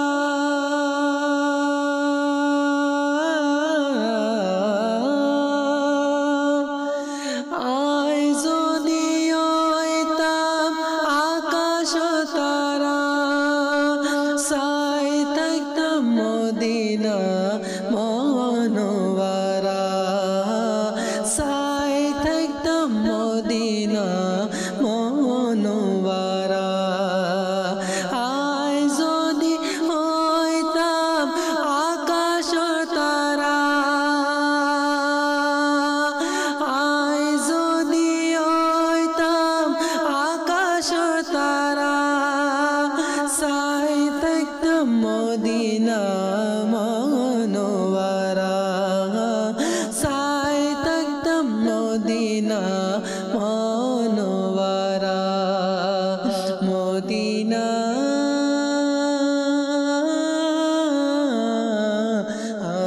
মদিনা সাই সাই মদিনা সাই সাই মদিনা সাই সাই আশা পুরাইতাম মদিনা সাই সাই আশা পুরাইতাম আর টিয়া নাই পয়সা নাই কেনে যাইতাম সোনার মদিনা কেনে যাইতাম সোনার মদিনা কেনে যাইতাম সোনার মদিনা কেনে যাইতাম আল্লাহ মাশাআল্লাহ। আসলে মদিনার মোহাব্বত, মদিনা যাওয়ার আকুতি মিনতি প্রত্যেক আশিকের রসুলের রীতি রয়েছে। সবাই আপন আপন মাতৃভাষায় চেয়েই থাকে, যেটা এতক্ষণ পর্যন্ত মাশাআল্লাহ আমাদের সামনে তুলে ধরেছেন চট্টগ্রামেরই আঞ্চলিক ভাষা মাশাআল্লাহ। তো আসলে বিভিন্ন ডিস্ট্রিক্টেরই মানুষ আমাদেরকে এই ভাষায় আসলে অনুরোধ করেন যে আসলে ভালো লাগে যে আপনি যে ভাষায় হোক না কেন মদিনার জিকির যেখানে আসে না, সেটা আসলেই অন্তরে একটা ভালো লাগা কাজ করে। সেটা হোক ফার্সি ভাষা, সেটা হোক আরবি, সেটা হোক যেই ভাষা হোক না কেন, আলহামদুলিল্লাহ আমরা এরকম মদিনা ছিল অসংখ্য নাত শরীফ শুনি, যেগুলা বিভিন্ন ভাষায়, ফার্সি ভাষায় দেখবেন আপনি, উর্দু ভাষা দেখবেন, হ্যাঁ ইংলিশও দেখবেন, বাংলাও দেখবেন। তো কিন্তু ভালো লাগা প্রত্যেকটা এরকম নাতের রাসূলের মধ্যে লাগেই, আলহামদুলিল্লাহ। এটা আল্লাহ পাকের দয়া। আল্লাহ পাক আমাদেরকে সেরকম অন্তর নসিব করুক যে অন্তরে আমাদের এরকম মদিনার মোহাব্বত, নাতের রাসূল ভালো লাগা আমাদের কাজ করে। আমাদের অন্তরের মধ্যে গান বাজনা, দুনিয়াবি ফিল্ম ড্রামার যে বাদ্যযন্ত্র, হ্যাঁ এগুলার আওয়াজের প্রতি মহব্বত, ঘৃণা একটা বিষয় থাকে না, ঘৃণা আমাদের অন্তরে নসিব করুক আল্লাহ তাআলা আমাদেরকে, আমাদের অন্তরে শান্তি। আজকে যুবক ভাইরা যারা বলে যে গান না শুনলে আমার ঘুম হয় না, আজকে এরকম টুন আমার মোবাইলের না হলে আমার ভালো লাগে না, এরকম রিং না শুনলে আমার ভালো লাগে না, আমার অন্তরে প্রশান্তি মিলে না। তো আপনি চেষ্টা তো করুন আপনার অন্তরের, আপনি শুনে তো দেখুন আপনার অন্তরে স্থান দেওয়ার নাতে রসুল কোরআন পাকের তেলাওয়াতকে, তাহলে বুঝবেন যে আসল শান্তি কিসের মধ্যে রয়েছে। আল্লাহ তাআলা আমাদের শয়তান থেকে হেফাজত করুক। আল্লাহ পাকের কালাম কোরআনে পাকের তেলাওয়াত, কোরআনে পাক শ্রবণ করা, নাতে রসুল পাঠ করা, নাতে রসুল শ্রবণ করা, সে সৌভাগ্য নসিব করুক, আমিন। দর্শক, আমরা আলোচনা করছিলাম আজকের ওই আল্লাহ স্মরণ অনুষ্ঠানের মধ্যে ইমাম আহমদ কবির রেফাই রহমতুল্লাহি তাআলা আলাইহি এনার জীবনী নিয়ে, এমনকি মাশাআল্লাহ এনার জীবনের কিছু দিক নিয়ে আমরা আলোচনা করছিলাম। জাভেদ ভাই, দর্শকের কাছে আর কি বিষয় আপনি আজকে তুলে ধরবেন? আমার ইমাম আহমদ কবির রেফাই রহমতুল্লাহি তাআলা আলাইহি অনেক বড় পীর ছিলেন। আচ্ছা। তার অসংখ্য মুরিদ ছিল। জি। সেই সুবাদে দেখেন কেমন বিনয়ী যে একজন পীরের মধ্যে, অর্থাৎ আচ্ছা, যে ওই জিনিসটা আমি জিনিসটা নাই, অর্থাৎ অন্তরের মধ্যে অহংকার জিনিসটা নাই, গৌরব জিনিসটা নাই। তিনি একদিন তিনার মুরিদদেরকে বলছেন, ইরশাদ করছেন যে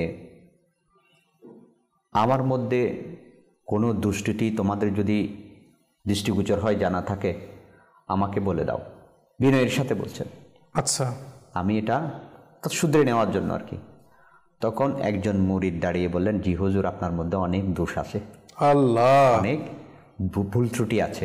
আল্লাহু আকবার। তখন ইমাম কবির রিফাই রহমতুল্লাহি তাআলা আলাইহি, আমি আপনি যদি হতাম, যদি আমাকে আপনাকে দোষ দেখাই দিত, তাহলে আমরা কি বলতাম? তাহলে আমাদের কি অবস্থা? আমরা তো আরো রাগান্বিত হয়ে যেতাম। কিন্তু একজন পীর হয়ে কেমন উত্তর দিলেন, উত্তর প্রদান করলেন। বললেন যে আমার ভাই, আমার দোষটা আমাকে একটু অবহিত করে দাও, বলে দাও। তখন ওই মুরিদ বললেন, আপনার একটাই সমস্যা, সেটা হচ্ছে আমাদের মতো, অর্থাৎ গুনেহগারদের আপনার সংস্পর্শে সহচর্যে রাখেন, আপনার সংস্পর্শ এবং সহচর্য দ্বারা আমাদেরকে ধন্য করেন। এটা বলার সাথে সাথে বাকি মুরিদ যারা ছিলেন প্রত্যেকে কান্না শুরু করে দিলেন। আল্লাহ, সুবহানাল্লাহ, সুবহানাল্লাহ। এবং ইমাম আহমদ কবির রেফাই রহমতুল্লাহি তাআলা আলাইহি কি চুপ রইলেন, তিনিও কান্না করছেন। এবং তিনি কি নসিহত করলেন দেখেন, একজন পীর হয়ে বলছেন, আমি মুরিদকে প্রশ্ন করেছে, মুরিদের প্রশ্নের উত্তরে বলছেন, আমি আপনাদের খাদেম। আল্লাহ, মুরিদকে বলছে, আমি আপনাদের খাদেম। কেমন মানে বিনয়ী হইলে এই ধরনের আনসার করে থাকে। আচ্ছা। অর্থাৎ দুনিয়ার কোনো লালসা, লোভ অন্তরে কিছু করতো না, বসবাস করতো না। তিনি কত সুন্দর উত্তর, এবং বললেন যে আমি সবচাইতে বেশি নিকৃষ্ট। আল্লাহ, নিজেকে একদম ছোট বলছেন। কেমন কথা, কেমন মন মানসিকতা, সুবহানাল্লাহ। তাই যদি পীরের এই অবস্থা হয়, এই বিনয়ী হয়, তাহলে মুরিদের কেমন বিনয়ী হবে? মুরিদ কেমন প্রশ্ন করেছেন যে মানে চিন্তা করে দেখেন না একটু, মানে বলছে মুরিদকে উল্টা প্রশ্ন করেছেন যে আমার কোনো যদি কি থাকে, দোষ ত্রুটিটাকে আমাকে অবহিত করো, এটা কি করা হবে, সমাধান করা। সেই জায়গায় একজন মুরিদ দাঁড়িয়ে গেল, বিনয়ের সাথে বলছেন, জি হুজুর, আপনার অনেক অসংখ্য কি রয়েছে, ভুল দোষ রয়েছে। তখন বিনয়ের সাথে একজন পীর বলছেন, আমার ইমাম আহমদ কবির রেফাই রহমতুল্লাহি তাআলা আলাইহি বলছেন যে আমার দোষকে আমাকে কি করে দাও, বলে দাও। তখন ওই মুরিদ বলছেন বিনয়ের সাথে, জি হুজুর, আপনার মতো একজন ব্যক্তি আমাদের মতো গুনেহগারদের আপনার সংস্পর্শে রাখা, আপনার সহচর্য দ্বারা আমাদেরকে ধন্য করা, এটাই আপনার একটা বড় কি খারাপ গুণ, খারাপ দোষ। মানে আশিক কেমন আশিক, অর্থাৎ মুরিদের প্রতি কেমন মহব্বত এবং মুরিদ পীরের প্রতি কেমন মহব্বত, যেটার কারণে বাকি মুরিদরা সবাই কি করছেন, কান্না করছেন। তিনি রহমতুল্লাহি তাআলা আলাইহির চোখ দিয়ে অশ্রু বের হচ্ছিল, অশ্রুসিক্ত হয়ে গিয়েছিল। মানে এক কথা ইসলাম না আমাদেরকে এটা শিক্ষা দেয়, আমি ছোট, আমি নগণ্য, আমি নিকৃষ্ট, আমার ভাই সেই উত্তম। আমি কি, আমি তো কিছুই না, আমি তো সে একটা নাপাক অংশ থেকে সৃষ্টি হয়েছিলাম, আমার তো কোনো এত কিসের অহংকার, আচ্ছা কেন এত আমার হিংসা, আমি আজকে কেন নিজেকে এত বড় মনে করছি, গৌরব, নিজেকে কেন এত কিছু, যখন সামান্য একটু দুনিয়াবি ধন সম্পদ চলে আসে আমাদের, হ্যাঁ আমার পাশে কে আসতে পারে না, তার মানে আমাকে ছুতে পারে না কেউ, যে কেউ আমার সাথে এসে হ্যান্ডশেক করলো, আমি কি নিজেকে তার সাথে হ্যান্ডশেক করা আমার কেমন জানি, নিজেকে অনেক কিছু মনে করি আসলে।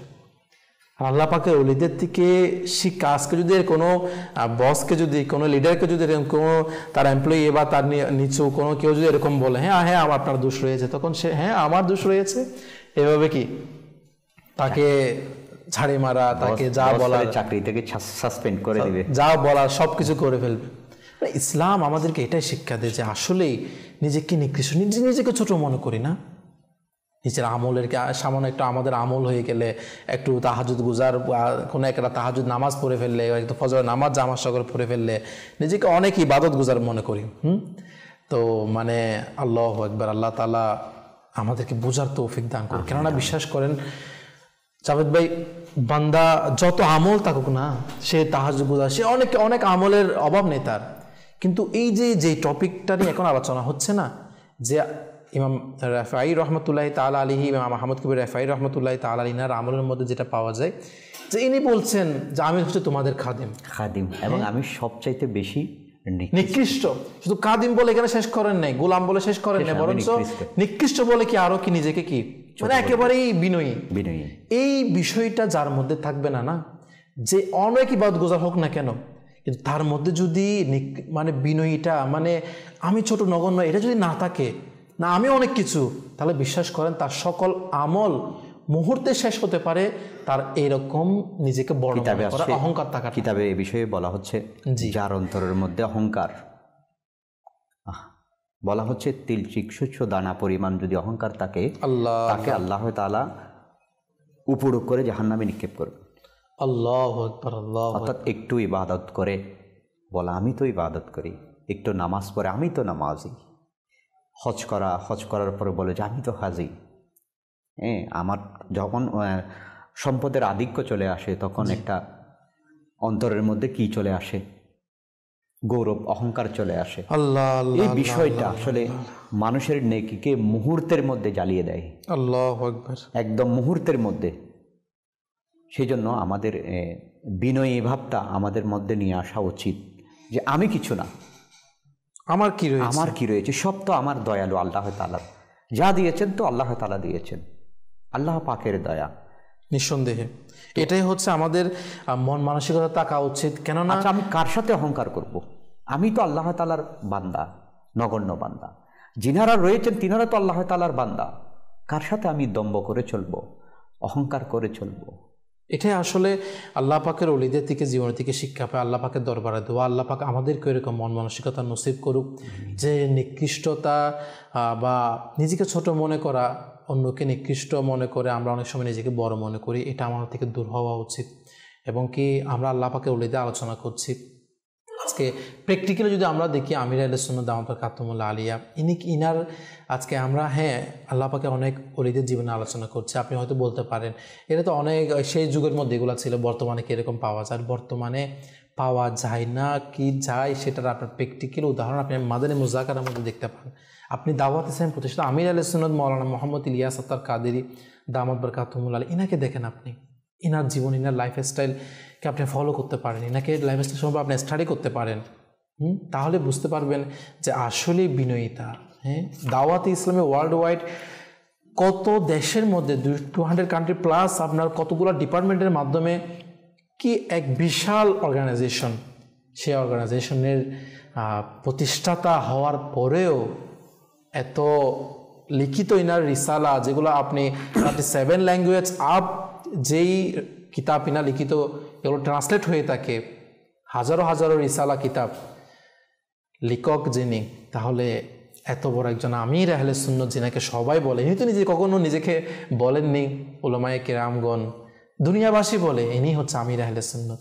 তাহলে সে আমির আহলে সুন্নাত জীবনে আপনি স্টাডি করে দেখেন, এখনও তাকে সেই সামান্য ছাটায়ের মধ্যে ঘুমান, যে বালিশ আজকে আমরা খুব ভালো সফট বালিশ না হলে আমরা, সফট ব্যাট না হলে আমরা ঘুমাই না, আর তিনি এমন বালিশে ঘুমান যেটা হচ্ছে বিভিন্ন খেজুর পাতা ছালের এটার মধ্যে ঢুকায়। আমরা হলো তো মাথা রাখলেও মাথাটাকে তাড়াতাড়ি তুলে ফেলবো, আমাদের জীবনযাপনের বর্তমানের অবস্থা। আর ইনার বিনয়িতা কেমন, সেই সুন্নত আদায়ের নিয়ে তো ছাটাইয়ের মধ্যে ঘুমাচ্ছে, সেই আমার নবীর জীবনীকে মানে মুহূর্তে মুহূর্তে প্রতিটা কর্মে, পোশাকে, কথাবার্তায়, প্রতিটা ক্ষেত্রে আমার নবীর সুন্নতকে তিনি আঁকড়ে ধরেছেন। বিনয়িতার উদাহরণ সর্ব উৎকৃষ্ট যদি আপনি দেখেন আল্লাহু আকবার, আল্লাহ পাকের ওলিদের জীবনীতে পাবেন, আমির আলাইহিস সালামকে দেখেন প্র্যাকটিক্যালি আপনি দেখতে পাবেন। তাই উচিত আমরা যারা বলি বর্তমানে এগুলো সম্ভব না, আরে তখনকার যুগে এগুলো ছিল, বর্তমানে এগুলো সম্ভব না, তাদের উত্তর সরাসরি একেবারে কি আপনার সামনেই আপনি আমির আলী প্র্যাকটিক্যালি আমির আলাইহিস সুন্নতকে দেখেন। এটাই হচ্ছে দাওয়াত ইসলামী, আমাদেরকে এটাই শিক্ষা দেয় যে আসলে ইসলাম খুবই সুন্দর। ইসলাম সঠিক ইসলামের শিক্ষা আলহামদুলিল্লাহ যারা আমরা নিই না, তারা কখনো ইসলামের ব্যাপারে কখনো কোনোদিন অভিযোগ তোলার তার কোনো যারা পরিমাণের সুযোগ নেই, কারণ ইসলাম আমাদের পরিপূর্ণ একটি কি জীবন ব্যবস্থা। তাই আমাদের উচিত সেই ইসলামী জীবন নিজেকে সাজানো, তাহলে দেখবেন ইনশাআল্লাহ আমাদের জীবন সুন্দর হবে। ইনশাআল্লাহ আমরা আরও কিছু আলোচনা শেষ পর্যায়ে আমাদের জাওয়াত ভাইকে শুনবো ইনশাআল্লাহ। অনেকে আমাদের কল SMS করেছে, কিছু কল SMS অ্যাড করবে, এরপর ইনশাআল্লাহ আমরা আবারও আলোচনার দিকে ফিরে আসবো ইনশাআল্লাহ। যে আমাদের কল শুনিয়ে দিন। আমার নাম হচ্ছে আব্দুর রাজ্জাক, রাজশাহী থেকে বলছি। আমি নাচ শুনতে চাই, প্রিয় নবীর কুকিল আমি, মদিনা আমার বাগান। মাশাআল্লাহ মাশাআল্লাহ, আল্লাহ তাআলা আপনাকে কবুল করুক। ইনশাআল্লাহ আমাদের সঙ্গে থাকার চেষ্টা করবে ইনশাআল্লাহ, যদি আমাদের সময় সাপেক্ষে সময় হয় ইনশাআল্লাহ। তাহলে জি, পরবর্তী কল। আমার নাম মোহাম্মদ আবুল হাসান, আমি শাহজাহান থেকে বলছি। কোরিয়ানের অনুষ্ঠানে আমি দেখি মাশাআল্লাহ খুব ভালো লাগছে। আল্লাহ শুকরিয়া। ইনশাআল্লাহ আমাদের সঙ্গে থাকার অনুরোধ, যারা আমাদেরকে অনুরোধ করেছেন তাদের অনুরোধ পূরণ করার আমরা চেষ্টা করব। তো দর্শক, আলহামদুলিল্লাহ আমরা আলোচনা করছিলাম ইমাম আহমদ কবির রেফাই রহমতুল্লাহি তাআলা আলাইহি এবং আমির আলাইহিস সুন্নাতের কথা এসেছে যে আসলে আমির আলাইহিস সুন্নাত যে দাওয়াত ইসলামের প্রতিষ্ঠাতা, তো আল্লাহ পাকের ওলিদের আলোচনা, সেখানে আমির আলাইহিস সুন্নাতের আলোচনা না করলে বা কেমনে হয়। তো আমি নাতকা ইসলামের কাছে অনুরোধ করবো একটু যদি মানকাবাত আমাদেরকে আমির আলাইহিস সুন্নাত যদি শুনিয়ে দিতেন এখনই, যা আপনার কাছে এটা অনুরোধ করবো ইনশাআল্লাহ। যে আসলেই আল্লাহ পাকের ওলিদের আজকে এখানে বসে আলোচনা করার সৌভাগ্য, এমনকি ইনাদের জীবনী, ইনাদের যেই আলহামদুলিল্লাহ আল্লাহ পাকের ওলিদেরকেই আমাদের যে আইডল হিসেবে বানানোর একটা যে মন মানসিকতা আজকে দাওয়াত ইসলামে আমাদেরকে দিয়েছে, তো সেই দাওয়াত ইসলাম প্রতিষ্ঠাতা আমির আলাইহিস সুন্নাতের কথা, ইনার একটা মানকাবাত আসলে কীভাবে বা হয়, তো আসলে একটি মানকাবাত ইনশাআল্লাহ আমরা সংক্ষিপ্ত আকারে শ্রবণ করবো। এরপর ইনশাআল্লাহ আমরা আমাদের অনুষ্ঠানের শেষ পর্যায়ে এগোবো ইনশাআল্লাহ। সাল্লু আলাল হাবিব সাল্লাল্লাহু তাআলা আলা মুহাম্মদ সাল্লাল্লাহু তাআলা আলাইহি ওয়া আলিহি ওয়াসাল্লাম।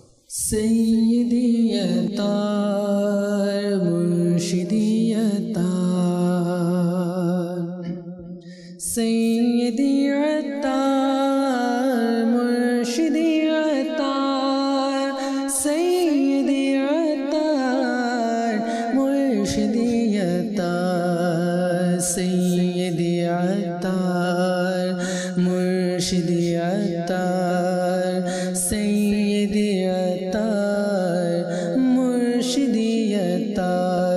মুর্শিদ তোমায় মনে পড়েছে,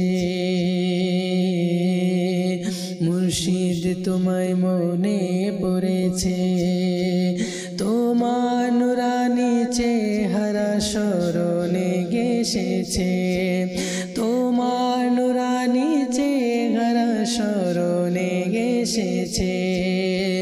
সৈয়দি আতার মুর্শিদি আতার সৈয়দি আতার মুর্শিদি আতার সৈয়দি আতার মুর্শিদি আতার সৈয়দি আতার মুর্শিদি আতার মুর্শিদি আতার মুর্শিদি আতার মাথায় সাদা ইমামা সাদা চাদরে জরা, মাথায় সাদা ইমামা সাদা চাদরে জরা, মুচকি হাসি তার স্মরণে এসেছে, মুচকি হাসি তার স্মরণে এসেছে। মাথায় সাদা ইমামা সাদা চাদরে জরা, মাথায় সাদা ইমামা সাদা চাদরে জরা, মুচকি হাসি তার স্মরণে এসেছে। সৈয়দি আতার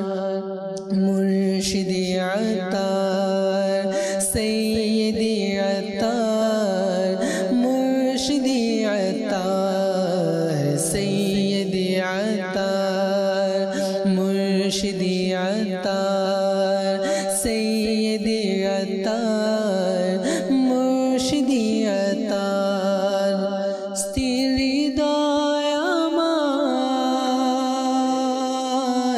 অস্থির হয়েছে স্থির হৃদয় আমার অস্থির হয়েছে তোমায় দেখার তরে মন বেকুল হয়েছে তোমায় দেখার তরে মন বেকুল হয়েছে কোনো সম্বল নেই আমার তোমার দুয়ারে যাবার কোনো সম্বল নেই আমার তোমার দুয়ারে যাবার কোনো সম্বল নেই আমার তোমার দুয়ারে যাবার তোমায় দেখার তরে মন বেকুল হয়েছে তোমায় দেখার তরে মন বেকুল হয়েছে সৈয়দি আতার মুর্শিদি আতার সৈয়দি আতার মুর্শিদি আতার সৈয়দি আতার মুর্শিদি আতার সৈয়দি আতার মুর্শিদি আতার তোমার নুরানি চেহারা দারি নূরেতে ভরা তোমার নুরানি চেহারা দারি নূরেতে ভরা তোমার নুরানি চেহারা দারি নূরেতে ভরা কপালে সিজদার নূর স্মরণে এসেছে কপালে সিজদার নূর স্মরণে এসেছে সৈয়দি আতার মুর্শিদি আতার সৈয়দি আতার মুর্শিদি আতার সৈয়দি আতার মুর্শিদি আতার সৈয়দি মুর্শিদি আতার মুর্শিদি আতার মুর্শিদি আতার মুর্শিদি আতার মুর্শিদি আতার মাশাআল্লাহ মাশাআল্লাহ। আমির আহলে সুন্নতের আসলে ইনার স্মরণ আলহামদুলিল্লাহ আল্লাহ পাকের অনেক বড় দয়া যে আজকে ইনার এই শখসিয়ত এই মহান ব্যক্তিত্বের মাধ্যমে আজকে আমাদের এত নিয়ামত আল্লাহ পাক আমাদেরকে নসিব করেছেন আলহামদুলিল্লাহ শুকরিয়া তার আলহামদুলিল্লাহ। তো আসুন শেষ পর্যায়ে সংক্ষিপ্ত আকারে আমাদের যাবতীয় আজকে দর্শক উদ্দেশ্যে আজকে মাশাআল্লাহ ইনার জীবন সম্পর্কে আমার জানার সৌভাগ্য হয়েছে। কি মাদানী ফুল দিবেন? আসলে আমরা আজকে আলোচনার মধ্যে যেগুলো শ্রবণ করেছি আমার ইমাম আহমদ রিফাই রহমতুল্লাহ তাআলা আলাইহির জীবনী থেকে, ইনার জীবনীতে দেখা যায় অনেক ইবাদত রয়েছে, প্রাণীর প্রতি সহানুভূতি, আল্লাহ তাআলার সৃষ্টির প্রতি সহানুভূতি রয়েছে, ক্ষোধাবিরতা রয়েছে, এবং যারা আল্লাহ তাআলার দুর্বল বান্দা এদের প্রতি সহযোগিতা করা রয়েছে। অর্থাৎ আমার রাসূল সাল্লাল্লাহু আলাইহি ওয়াসাল্লামের সুন্নতের কি রয়েছে, গুণ রয়েছে। সেই সুবাদে আসলে এক একটা ওলিয়ে কামিলের যখন জীবনে আমরা স্টাডি করা বা টপিক নিয়ে আলোচনা করার একটাই মকসদ যে ইনাদের জীবন থেকে আমরা যেন কিছু শিক্ষা হাসিল করি, এটাই মকসদ। তো সেক্ষেত্রে আসলে দুইটা জিনিস একজন মুসলমানের অন্তরে যদি পরিপূর্ণভাবে থাকে সে এইসব গুণের অধিকারী হয়ে যাবে। যেমন আমার মতে একটা হচ্ছে আমার নবী সাল্লাল্লাহু আলাইহি ওয়াসাল্লামের মহব্বত, ইশক, আর একটা হচ্ছে আমার আল্লাহর খৌফ। যার কাছে আল্লাহ পাকের খৌফ থাকবে সে কখনো নামাজ ছাড়বে না, যার কাছে আল্লাহ তাআলার খৌফ থাকবে সে কখনো আমার নবী সাল্লাল্লাহু আলাইহি ওয়াসাল্লামের সুন্নত থেকে দূরে থাকবে না, যার কাছে আল্লাহ তাআলার খৌফ থাকবে সে কোনো বান্দার প্রতি জুলুম করতে পারে না, যার কাছে কি থাকবে আল্লাহ তাআলার খৌফ ভয় থাকবে সে গুনাহ করবে না। আল্লাহ। আর যার কাছে আমার নবীর মহব্বত আছে সে তো কি বলবো, সে নামাজ তো আমার নবী সাল্লাল্লাহু আলাইহি ওয়াসাল্লামের চোখের শীতলতা রয়েছে, সুবহানাল্লাহ। সে তো আমার নবীকে কখনো কষ্টই দিবে না, যেহেতু আমার নবী সাল্লাল্লাহু আলাইহি ওয়াসাল্লামের প্রকৃত আশিক। সেজন্য আমাদেরও আসলে আপনি যেটা বলেছেন, মানে এক কথায় আমার আল্লাহ তার রসুলের দেখানো প্রতি নিজেকে আসলে সুপর্দ করা উচিত। নিজেকে শুধু দুনিয়াতেই যেন ব্যস্ত না রাখি, নিজের আখিরাতটাকে সুন্দর করার চেষ্টা করি। আল্লাহ তাআলার দরবার দোয়া, আল্লাহ পাক আমাদেরকে যা কিছু শুনেছে তার উপর আমল করার তৌফিক দান করুক। এবং যাদের একটা কথা বলেছে যে আসলে খৌফ খুদা, আল্লাহ পাকের ভয়, এটা আমাদের থাকাই উচিত। আজকে যে মহান ব্যক্তিত্বের আলোচনা করলাম, ইনি যখন ইন্তেকালের সময় আসলো, তো এনার একজন মহব্বতকারী, এনাকে একজন ফলোকারী বলছেন, যিনি পেটের পীড়ায় লিপ্ত ছিলেন প্রায় 1 মাস যাবৎ। তো 20 দিন পর্যন্ত এনার মধ্যে একটা বিষয় দেখা যেত যে ইনি নিজের দাড়ি মুবারক, নিজের চেহারা মাটির মধ্যে ঘষতেন। আল্লাহ পাকের ভয়, খৌফ, হায়, নিজের চেহারা মুবারক, দাড়ি মুবারক মাটির মধ্যে ঘষতেন আর বলতেন, হে আল্লাহ আমাকে মাফ করে দিন, আমাকে ক্ষমা করুন। অথচ গুনাহ করে নাই। আল্লাহ পাকের ওলিদের জীবন আপনি দেখলে দেখবেন যে নেকি আর নেকি, তাদের গুনাহ তো দূরের কথা, মানে গুনার প্রতি তাদের কেমন ঘৃণা ছিল। আল্লাহ পাকের ইবাদতে দিনকে দিন মনে করে নেয়, রাতকে রাত মনে করে নেয়। ইবাদত আর ইবাদত, নফল নামাজ, রোজা, মুসলমানের খেদমত করা, আল্লাহ পাকে সন্তুষ্টি করা, আল্লাহ তার রসুলকে সন্তুষ্টি করা আমাদের জীবন অতিবাহিত করার পরেও আপনি তাদের জীবনে দেখবেন তারা শেষ মুহূর্তে এসে আল্লাহ পাকের দরবারে কান্নাকাটি করতেন, আল্লাহ তুমি আমাকে মাফ করে দাও। একটা মুহূর্তকে পর্যন্ত তিনারা ছাড়েননি। সেই সময়ে দেখেন আজকে যে মহান শখসিয়ত আলোচনা করছি, ইনি দোয়া করতেন, হে আল্লাহ আমাকে ক্ষমা করে দিন, আল্লাহ আমাকে মাফ করে দাও। এবং শেষ পর্যন্ত তিনি একটা কথা বলতেন, হে আল্লাহ আমাকে এই সৃষ্টির বিপদ আপদের একটা ছাদ বানিয়ে দাও। এই কথার মাধ্যমে আসলে আমার স্বল্প জ্ঞান, হয়তো ভুল ত্রুটি হলে হয়তো ক্ষমার দৃষ্টিতে দেখবেন, হয়তো এমন এটা বুঝিয়েছে যে সৃষ্টির উপর যদি কোনো বিপদ আপদ আসতেই হয়, আমাকে তুমি ছাদ বানিয়ে দাও, সেটা আল্লাহ আমার উপর দাও, সৃষ্টির উপর তুমি কি করিও না। আমার আল্লাহ তাআলার সৃষ্টির প্রতি কেমন দয়া, কেমন মহব্বত এর মধ্যে ছিল। মানে মানুষের উপর যেন কোনো বিপদ আপদ, কোনো প্রাণীর উপর যেন কোনো বিপদ আপদ না আসুক, আল্লাহ সৃষ্টির বিপদ আপদের ছাদ হিসেবে তুমি আমাকে বানিয়ে দাও। এটা আমার বোঝার যতটুকু বুঝে আসলো, হয়তো যদি ভুল ত্রুটি হয় আমার দৃষ্টিতে দেখবেন, দেখে তাদের কেমন চিন্তাধারা, আল্লাহ তুমি সৃষ্টির বিপদ আপদের ছাদ হিসেবে তুমি আমাকে কবুল করো, যা বিপদ আপদ, যা কষ্ট আল্লাহ তুমি আমার উপর দাও, কিন্তু কোনো মুসলমান বা কোনো মানুষের উপর কষ্ট যেন না হয়। মানে মানুষের কষ্ট দূর করার জন্য তাদের কেমন মন মানসিকতা ছিল। আর আজকে মুসলমান ভাই কষ্টের মধ্যে লিপ্ত, তাকে কষ্ট আরো বাড়িয়ে কিভাবে দেওয়া যায় সেটার মধ্যে আজকে আমরা টেনশনে থাকি। সে তাকে চিন্তা, টেনশন একটা, আমি আরো কি বলে কি করে কি তার বাড়িয়ে দিব, এটা আমাদের চিন্তা ভাবনা।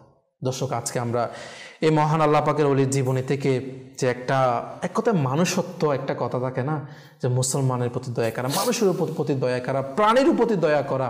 আজকে মূল আমি অনুষ্ঠানের শুরুতে বলেছিলাম যে আল্লাহ পাকের এক ওলির তাদের একটা বিশেষত্ব থাকে, ঠিক সেরকম অনেকগুলো বিশেষত্বের মধ্যে আজকের এই মহান আল্লাহ পাকের ওলির একটা খুবই গুরুত্বপূর্ণ বিশেষত্ব, সেটা হচ্ছে ইনার থেকে আল্লাহ পাকের সৃষ্টির প্রতি না খুবই মহব্বত, একটা দরদ, একটা দয়া ছিল। এই শিক্ষাটা আজকে আমরা নিই। আল্লাহ তাআলা আমাদেরকে আজকে শুরু থেকে শেষ পর্যন্ত যা কিছু শুনেছি তার উপর নিজেও আমল করে অপর ভাইয়ের নিকট পৌঁছে দেওয়ার সে তৌফিক দান করুক। মাদানী চ্যানেল বাংলা আমরা এভাবে নিজেও দেখি, অপরকেও দেখার দাওয়াত প্রদান করি। ওলি আল্লাহ স্মরণ অনুষ্ঠানের মধ্যে ইনশাআল্লাহ পরবর্তী অনুষ্ঠানের মধ্যে আল্লাহ পাকের অন্য একজন ওলির জীবনে নিয়ে ইনশাআল্লাহ আপনার সামনে আবার উপস্থিত হব। ততক্ষণ পর্যন্ত আপনাদের দোয়ায় আমাদেরকে স্মরণ রাখবেন। মাদানী চ্যানেল বাংলা দেখতে থাকুন। সল্লু আলাল হাবিব সাল্লাল্লাহু তাআলা আলা মুহাম্মদ সাল্লাল্লাহু তাআলা আলাইহি ওয়া আলিহি ওয়াসাল্লাম। আল্লাহ